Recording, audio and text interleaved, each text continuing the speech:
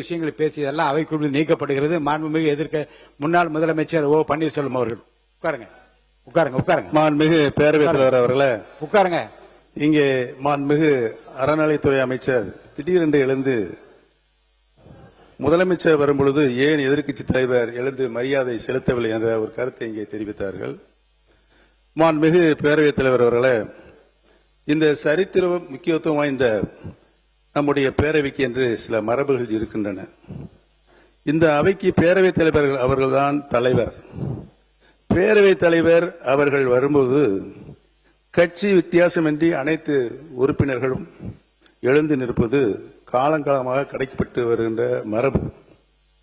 முதலமைச்சராக இருப்பவர்கள் இந்த அவையில் நுழைந்தவுடன் நேராக தங்கள் இருக்கைக்கு சென்று அங்கிருந்து ஒரு வணக்கம் செலுத்திவிட்டு அமர்வுதான் மரபு.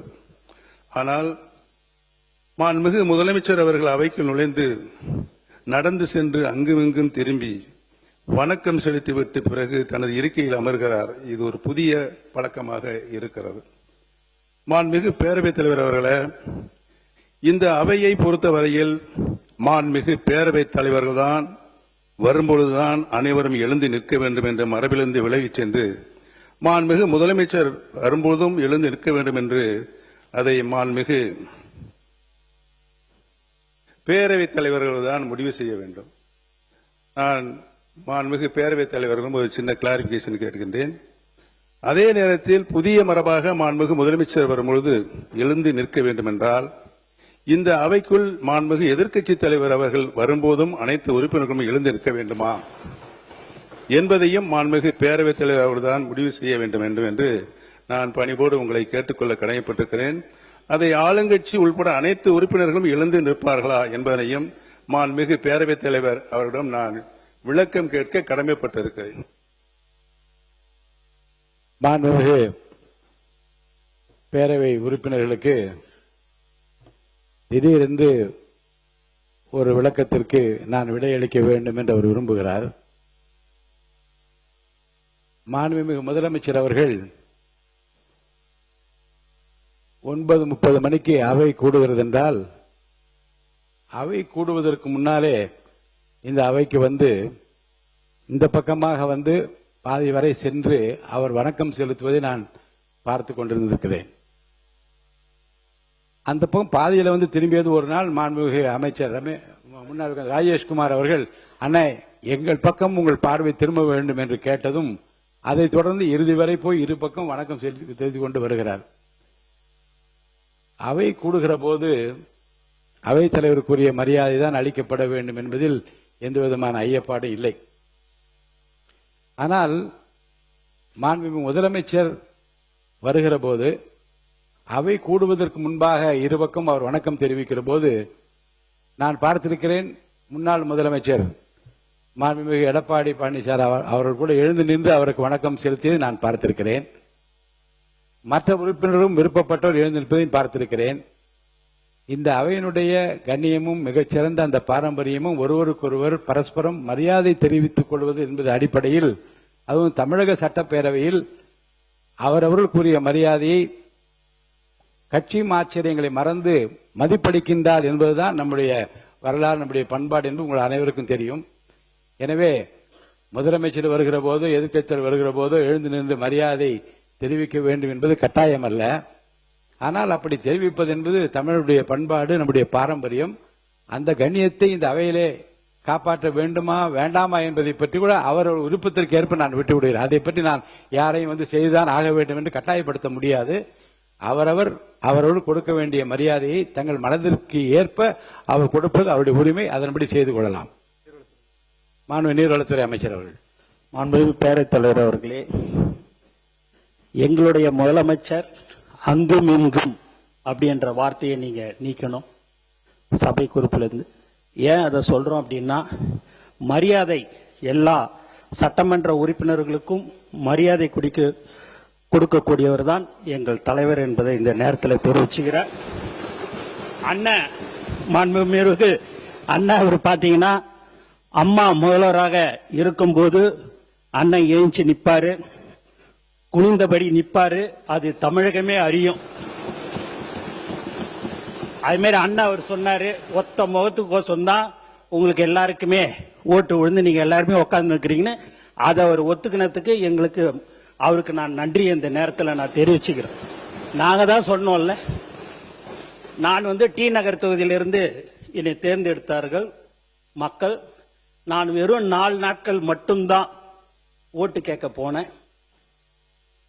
அப்படி இருக்கும்போது தலைவர் தளபதி கோசம் மட்டும்தான் எங்க எல்லோருக்கும் மக்கள் வாக்களித்தார்கள் என்பதை நாங்கள் தெள்ள தெளிவாக ஏற்றுக்கொள்கிறோம். ஏனென்று சொன்னால் தலைவர் தளபதி முதலமைச்சராக வர வேண்டும் என்று தமிழ்நாடு மக்கள் முடிவு செய்து விட்டார்கள். அதன் அடிப்படையில் எங்களுக்கு வாக்களித்தார்கள் என்பதை இந்த நேரத்தில் தெரிவித்துக் கொள்கிறேன். பட்டியலில் என்னையும் சேர்த்துக் கொள்ளுங்கள். அவரை பார்த்தா எனக்கு வாக்களித்தார்கள். மாண்பு மக்கள் நல்வாழ்வுத்துறை அமைச்சர் அவர்கள். மாண்புமிகு பேரவைத் தலைவர் அவர்களே, தளி சட்டமன்ற உறுப்பினர் அன்பு சகோதரர் பேசுகையில் இந்த நெக்ஸ்ட் எக்ஸாம் பற்றி கேட்டார். நான் இப்பொழுது அந்த கூடுதல் தகவலை உங்கள் முன் நான் சொல்லிக்கொள்ள கடமைப்பட்டிருக்கிறேன். 13/7/2023 அன்று நேஷனல் மெடிக்கல் கமிஷன் வெளியிட்ட பொது வெளியீட்டு அறிக்கையில் மறு உத்தரவு வரும் வரை அந்த நெக்ஸ்ட் எக்ஸாம் நிறுத்தி வைக்கப்பட்டுள்ளது என்பதை ஒரு பப்ளிக் அறிவிப்பாக வெளியிட்டிருக்கிறது என்பதை இந்த பேரவையின் வாயிலாக நான் தெரிவித்துக் கொள்கிறேன்.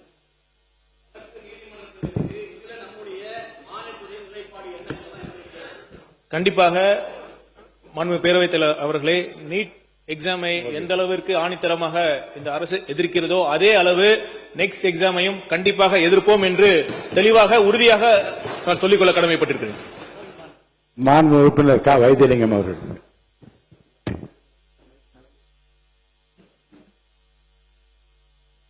மாண்புமிகு பேரவைத் தலைவர் அவர்களே, இந்த உயரிய தமிழ்நாடு சட்டப்பேரவையில் முதன்முறையாக பேசுவதற்கு எனக்கு வாய்ப்பு தந்த மாண்பு உறுப்பினர், மாண்புமிகு முன்னாள் முதலமைச்சர் பேசுகிற போது மாண்பு முதலமைச்சர் அங்கும் இங்கும் அலைந்து கொண்டு என்ற அந்த வாசகம் எல்லாம் நீக்கப்படுகிறது.